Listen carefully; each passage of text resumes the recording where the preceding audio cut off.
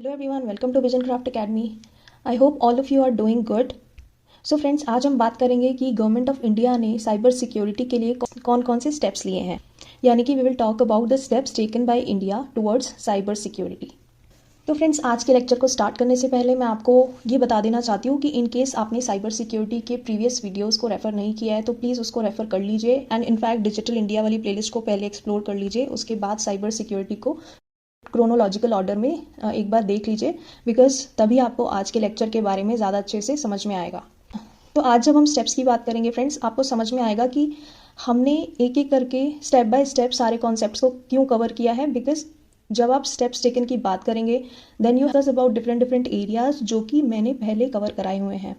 ठीक है, तो that is the reason I am asking you. And उसी वजह से अगर आप इमेजेस में देखेंगे, थंबनेल्स में देखेंगे ना वीडियोस की, तो हमने सीक्वेंस भी डिफाइन किया हुआ है लाइक 1 2 3 4, ताकि आप इस इन्फॉर्मेशन को अच्छे से समझ पाएँ एंड एग्जाम में रिप्रोड्यूस कर पाएँ। देखिए, पढ़ना तो होता रहता है, you know, most of you are actually reading and going through the concepts, but जो मेन आर्ट है मेंस एग्जाम में, main art is to reproduce the information whatever you have read in your exam, right. And वो भी major points को आप सारी dimensions को cover करते हुए क्वेश्चन की डिमांड को एड्रेस करें, राइट। तो वही सबसे इंपॉर्टेंट आर्ट होती है। इसीलिए मैंने आपको बोला भी था कि टाइमली हर एक लेक्चर को देखने के साथ साथ प्रॉपर नोट मेकिंग करते रहिए, रिविजन करते रहिए एंड आंसर राइटिंग की प्रैक्टिस करते रहिए। इसके अलावा शॉर्ट्स में आपको PYQs भी मिल जाएंगे, तो आप UPSC के प्रीलिम्स के PYQs भी करते रहिए, उससे आपको प्रीलिम्स के एग्जाम में काफ़ी बेनिफिट मिलने वाला है। Because those shorts are loaded with information related to all the different options in the question. तो फ्रेंड्स, आपको पता है ना, UPSC में प्रीलिम्स का जो एग्जाम होता है उसमें आपको खाली क्वेश्चन दे के आंसर टिक कर लिया, that is one part. But होता क्या है ना, ओवर द ईयर्स अगर आप एनालिसिस करेंगे तो प्रीलिम्स के क्वेश्चन सम और द अदर वे वो सेम टॉपिक्स ही अलग अलग तरीके से पूछे जाते हैं।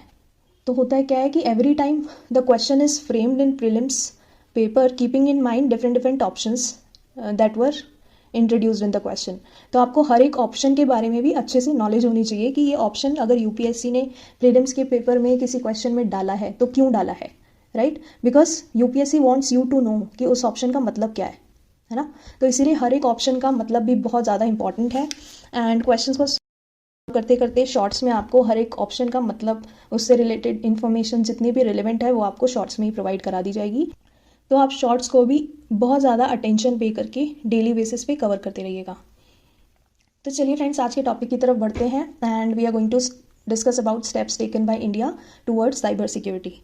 तो देखिए, इसमें सबसे पहले as you can see this is a micro diagram, right, which talks about different different steps that are related to cyber security which are taken by government of India. तो सबसे पहला है लीगल फ्रेमवर्क। अब legal framework में there are two aspects, one is information technology act 2000, one is national cyber security policy 2013, जो कि मैं आपको प्रीवियस वीडियो में ऑलरेडी डिटेल में कवर करा चुकी हूँ। तो एक बार आप प्रीवियस वीडियो को रेफर कर लीजिए, जिससे आपको इसके सब पॉइंटर्स का आइडिया लग जाएगा कि इसमें with in information technology act कौन कौन से पॉइंटर्स को आपको हाईलाइट करना है। थोड़ा सा मैं बता देती हूँ, जैसे कि IT एक्ट 2000 है, तो it provides legal recognition to documents, it provides a framework to support filing, e-commerce, right, along with legal framework to mitigate and check cyber crimes.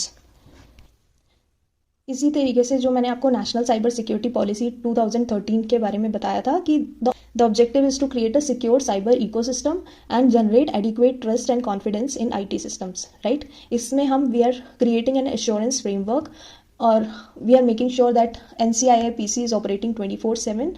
We are making sure that all the indigenous security technologies are developed. We are also emphasizing on creating a workforce of professionals skilled in different domains including cyber security, right. So इसमें हम proper prevention को enable कर रहे हैं, investigation को enable कर रहे हैं, right. Then law enforcement capabilities को एनहांस कर रहे हैं, public private partnerships and collaborative engagements को डेवलप कर रहे हैं एंड ग्लोबल कॉपरेशन को एनहांस कर रहे हैं।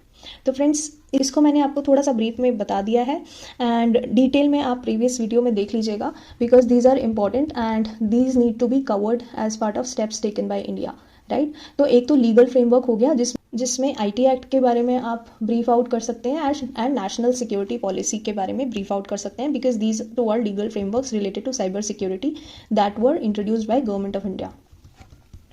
उसके बाद अगर हम बात करें इंस्टीट्यूशंस एंड डिविजन्स की, these are different institutions and divisions were introduced by government of India to actually create a secure cyber space, right. जैसे NTRO हो गया आपका, NCIIPC हो गया, देन NCCC हो गया, NIC CERT हो गया, CERT-IN हो गया, साइबर सिक्योरिटी कोऑर्डिनेटर हो गया, cyber and information security division हो गया, ठीक है। तो जब cyber and information security division की बात करते हैं तो मैंने आपको बताया था कि हम इसमें I4C और साइबर वॉरियर पुलिस फोर्स को भी हाईलाइट करेंगे, ठीक है। तो all these are different different institutions and divisions that were set up by government of India, and objective क्या था? Objective was very very simple, to have a secure cyber space, जिससे कि साइबर क्राइम को reduce किया जा सके, cyber threats को reduce किया जा सके, साइबर अटैक्स को रिड्यूस किया जा सके, ठीक है। तो ये सारे इंस्टीट्यूशंस एंड डिविजन्स भी मैंने आपको डिटेल में प्रीवियस वीडियोस में कवर कराए हैं फ्रेंड्स, तो एक बार आप वो वाली डिटेल को भी रेफर कर लीजिएगा in case you have not read about it previously.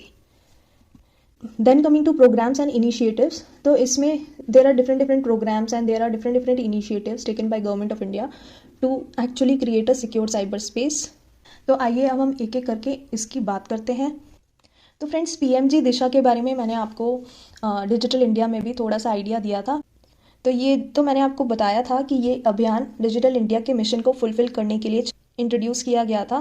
तो जैसे कि आपको पता है, डिजिटल इंडिया का बहुत ही इंपॉर्टेंट कंपोनेंट है फ्रेंड्स कैशलेस इकोनॉमी, राइट। तो डीमोनेटाइजेशन के बाद जो सबसे बड़ा हमारी इकोनॉमी में इम्प्रूवमेंट हुआ है, राइट, वो यही हुआ है कि हमारी economy gradually started converting into cashless economy, क्योंकि कैश कम हो गया था मार्केट में, तो लोगों ने ऑनलाइन ट्रांजैक्शंस का यूज़ शुरू कर दिया था।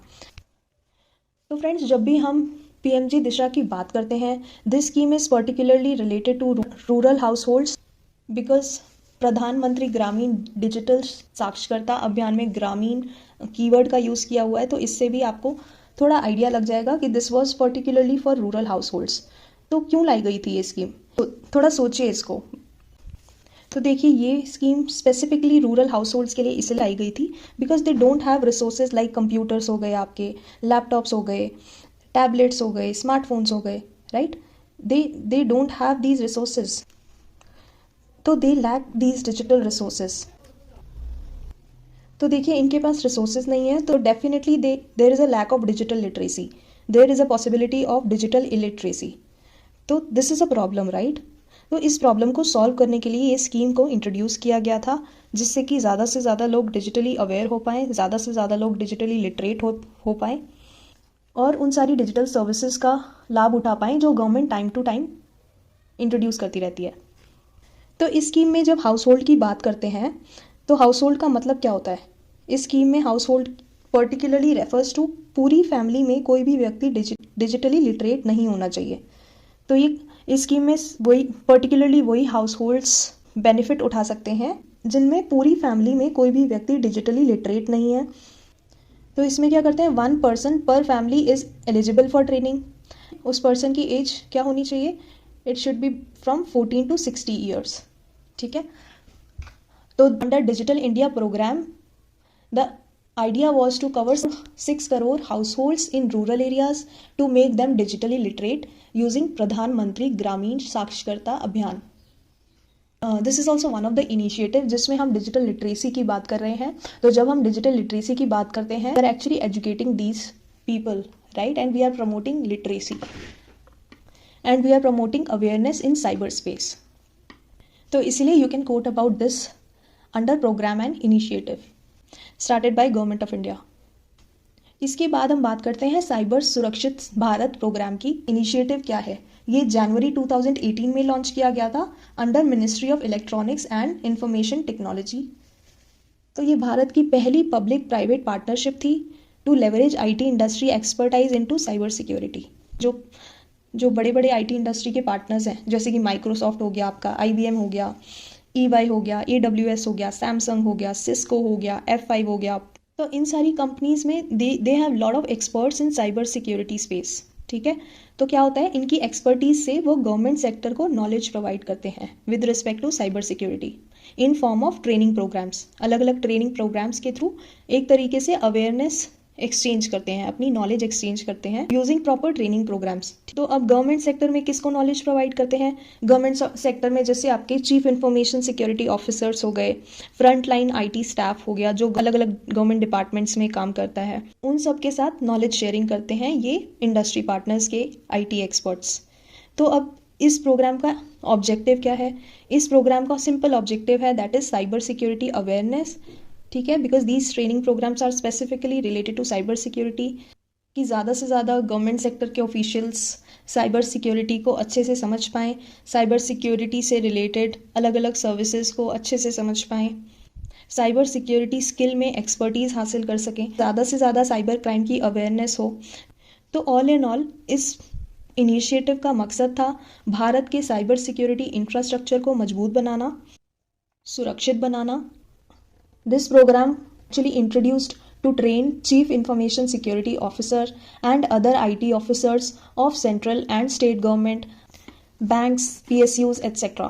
तो गवर्नमेंट सेक्टर की अलग अलग अथॉरिटीज़ में जितने भी लोग काम कर रहे हैं उन सबको इनेबल किया जा रहा है ताकि ज़्यादा से ज़्यादा साइबर अवेयरनेस फैलाई जा सके, ज़्यादा से ज़्यादा साइबर स्किल डेवलपमेंट पे फोकस किया जा सके, ज़्यादा से ज़्यादा साइबर सिक्योरिटी स्किल एनहांसमेंट पे फोकस किया जा सके। This was the motive behind cyber सुरक्षित भारत प्रोग्राम। तो चलिए फ्रेंड्स, अब हम बात करते हैं साइबर स्वच्छता केंद्र की। साइबर स्वच्छता केंद्र is nothing but botnet cleaning and malware analysis centre, जिसको कि गवर्नमेंट ऑफ इंडिया ने लॉन्च किया था। इसके पीछे का भी सेम ऑब्जेक्टिव था फ्रेंड्स कि एक सुरक्षित साइबर स्पेस को क्रिएट किया जा सके। तो जैसे कि मैंने आपको बताया था कि हमारी country is moving towards digital economy, तो साइबर थ्रेट्स हो गए, साइबर अटैक्स हो गए, इनका खतरा बढ़ता जा रहा है। तो गवर्नमेंट ऑफ इंडिया ने क्या करा है? गवर्नमेंट ऑफ इंडिया ने साइबर स्वच्छता केंद्र को लॉन्च किया है friends, to tackle this problem.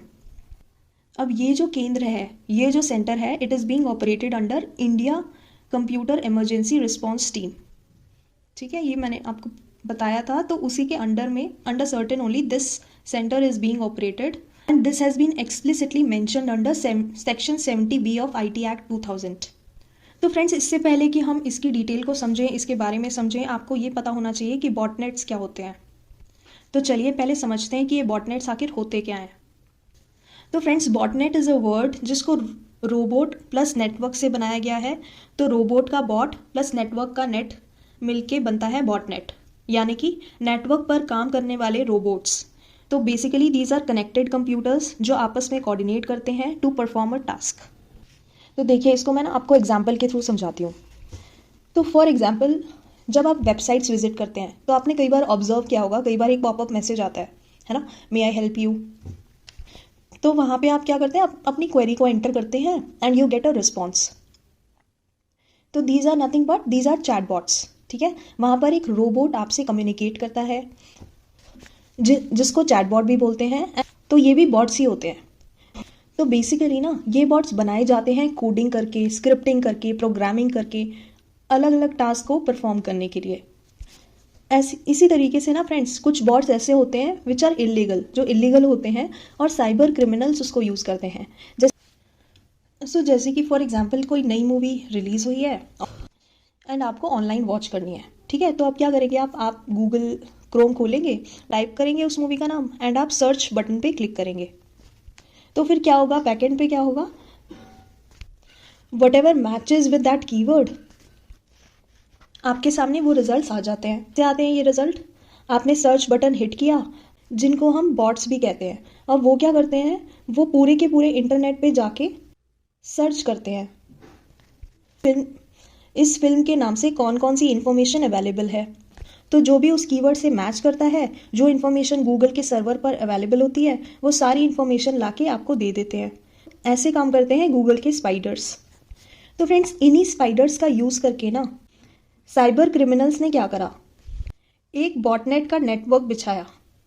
जो बॉटनेट का नेटवर्क है वो बिछाया, इलीगल बॉट्स बनाए। हुआ कैसे ये बॉट इंस्टॉल?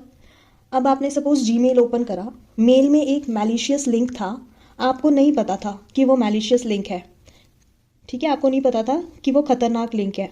अब आपने क्या करा? आपने उस लिंक पर क्लिक कर दिया। तो लिंक पर क्लिक करने के बाद आपके कंप्यूटर में एक फ़ाइल इंस्टॉल हो गई, ठीक है, आपके सिस्टम में एक फ़ाइल इंस्टॉल हो गई। जैसे ही वो फाइल इंस्टॉल हुई, आपके सिस्टम में एक बॉटनेट इंस्टॉल हो गया। जैसे ही आपके सिस्टम में एक बॉट इंस्टॉल हुआ, अब क्या करेगा वो? अब आपके कंप्यूटर की पूरी इन्फॉर्मेशन वो हैकर को प्रोवाइड करने लग जाएगा, ठीक है। हैकर इस केस में कौन है? हैकर इस केस में वो है, या अटैकर इस केस में वो है जिसने इस बॉट को बनाया है। तो आपके कंप्यूटर में जितनी भी इंपॉर्टेंट इन्फॉर्मेशन होगी वो पूरी इन्फॉर्मेशन वो उस अटैकर को, जिसने भी इस बॉट को बनाया होगा, उसको पहुंचाना शुरू कर देगा। और ये अटैकर ना अपने मास्टर कंप्यूटर से सारे बॉट्स को रिमोटली कंट्रोल करता है फ्रेंड्स। मास्टर कंप्यूटर क्या होता है? मास्टर कंप्यूटर वो होता है जिसको अटैकर एक्सेस करता है फॉर इलीगल पर्पस। तो बेसिकली ना इस कंप्यूटर का यूज़ करके attacker directly illegal actions perform करता है, इसीलिए हम उसको मास्टर कंप्यूटर बोलते हैं। अब बॉट्स आपके सिस्टम में इंस्टॉल होने के बाद वो अपने मास्टर कंप्यूटर को एक नोटिफिकेशन भेजेगा कि मैं इस कंप्यूटर में इंस्टॉल हो गया हूँ, मैं इस सिस्टम में इंस्टॉल हो चुका हूँ। अब मास्टर कंप्यूटर से वो अटैकर या वो हैकर जो भी चाहे वो कर सकता है फ्रेंड्स। तो ये बॉटनेट ना लाखों करोड़ों कंप्यूटर्स पे एक साथ काम करते हैं एंड इनका पूरा जाल बिछा होता है फ्रेंड्स, तभी दे आर कॉल्ड बॉटनेट, यानी कि एक बॉट का पूरा नेटवर्क।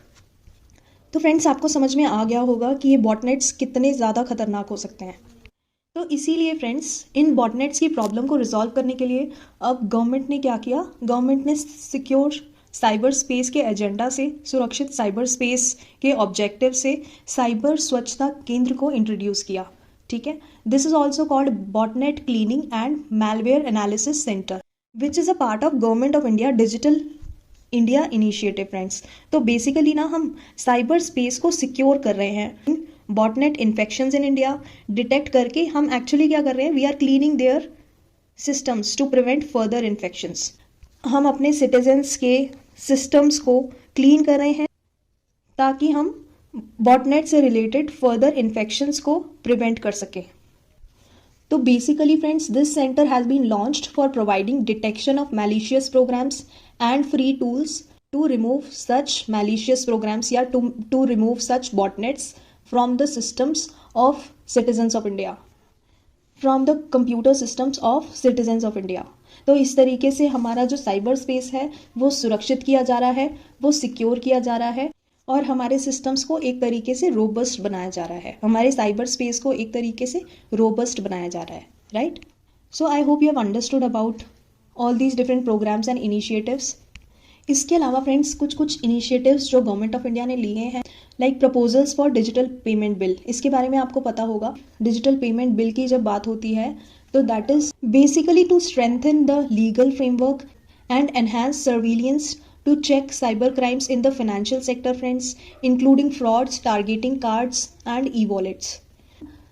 तो बेसिकली इससे हम लीगल फ्रेमवर्क को स्ट्रेंथन करना चाहते हैं, सर्विलियंस को एनहांस करना चाहते हैं ताकि हम साइबर क्राइम्स को चेक कर सकें फाइनेंशियल सेक्टर में स्पेसिफिकली, यानी कि जितने भी फ्रॉड्स होते हैं कार्ड्स को टारगेट करके, हमारे डेबिट कार्ड हो गए, क्रेडिट कार्ड हो गए या फिर ई वॉलेट्स को टारगेट करने के लिए। तो basically we are actually trying to establish a check on those cyber crimes related to financial sector using digital payment bill. इसके अलावा you can also talk about formulation of crisis management plan. तो crisis management plan को हम formulate कर रहे हैं जिससे कि हम साइबर अटैक्स को और साइबर टेररिज्म को काउंटर कर सकें। We are formulating crisis management plan for countering cyber attacks and cyber terrorism. इसके अलावा आप लोकलाइजेशन ऑफ सेंसिटिव डेटा की भी बात कर सकते हैं। तो आपको पता होगा RBI recently issued a deadline for localization of all sensitive data, right, belonging to Indian users for various digital payment services. तो आप इस पॉइंट को भी यहाँ पे कोट कर सकते हैं। So all this can be covered under steps taken by India या फिर government of India towards cyber security. So friends जब भी गवर्नमेंट इनिशिएटिव्स की बात होती है तो डेफिनेटली यहाँ पे कुछ चीज़ें आपको लर्न करनी पड़ेंगी, जैसे कि इंस्टीट्यूशंस के नाम हो गए राइट, इनिशिएटिव्स के नाम हो गए, है ना, और आईटी एक्ट के बारे में डिटेल्स हो गई, स्पेसिफिकली साइबर सिक्योरिटी पॉलिसी की डिटेल्स हो गई, है ना, अलग अलग डिविजन्स, अलग अलग इंस्टीट्यूशंस के नाम के अलावा उनके बारे में थोड़ी सी इन्फॉर्मेशन कि एक्चुअली ये करते क्या है ना। अब आपको जैसे पता है ना कि साइबर सिक्योरिटी कितना ज़्यादा इम्पॉर्टेंट टॉपिक है वर्ल्ड के लिए, इंडिया के लिए। तो कई बार क्या होता है प्रीलिम्स में भी ना अलग अलग डिविजन्स, अलग अलग इंस्टीट्यूशंस के बारे में एक सेंटेंस में किसी भी पीवाईक्यू में यूपीएससी ने ऑलरेडी पूछे हैं सवाल, तो आपको ना थोड़ा आइडिया होगा, तो उससे क्या होगा प्रीलिम्स में भी आप इजीली उस क्वेश्चन को, उस PYQ एड्रेस कर पाएंगे। एंड मेंस के पर्सपेक्टिव में तो ये माइक्रो डायग्राम है ही जो आपकी डेफिनेटली हेल्प करने वाला है। मेंस में भी आप इस माइक्रो डायग्राम को ध्यान रख सकते हैं। इसमें आप हर एक कीवर्ड को रिमेंबर कर सकते हैं एंड थोड़ा थोड़ा हर कीवर्ड से रिलेटेड आप आंसर में वर्ड लिमिट को देखते हुए इनकॉर्पोरेट कर सकते हैं।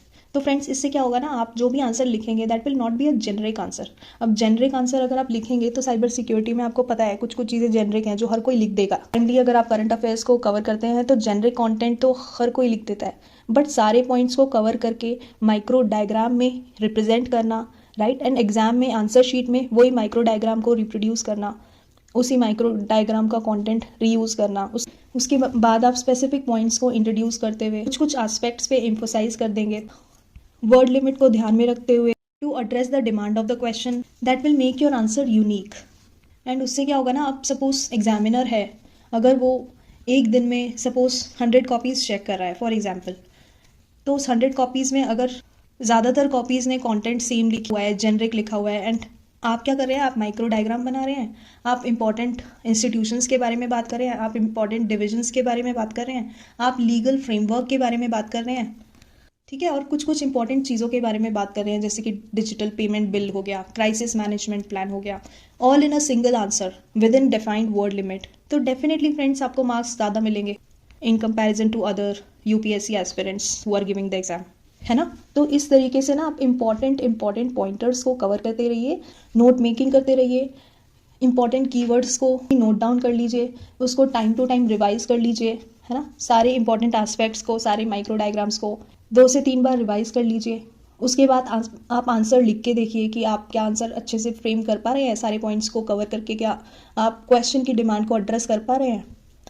प्रीवियस ईयर क्वेश्चंस उठा लीजिए, उनके आंसर्स लिखने शुरू करिए, है ना, आंसर राइटिंग प्रैक्टिस शुरू करिए।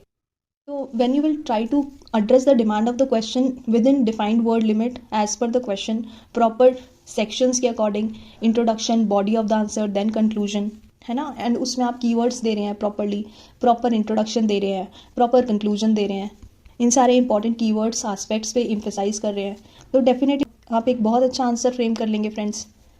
एंड वो आंसर यूनिक भी होगा, डिफरेंट भी होगा बाकी UPSC एस्पिरेंट से, जिसके रिजल्ट्स भी आपको दिखेंगे। तो इस तरीके से आप अपनी प्रिपरेशन को प्लान कर सकते हैं, लिमिटेड टाइम में ज़्यादा से ज़्यादा कवरेज करने की कोशिश कर सकते हैं, स्मार्टली अपनी प्रिपरेशन को प्लान कर सकते हैं, ठीक है। तो फ्रेंड्स, अपने रिवीजन पे, अपने नोट मेकिंग पे कभी भी कॉम्प्रोमाइज़ मत करिएगा। If you have any questions you can drop a note in the comment section, या फिर आप इस ईमेल ID का भी यूज़ कर सकते हैं जो आपको स्क्रीन पर दिख रही है।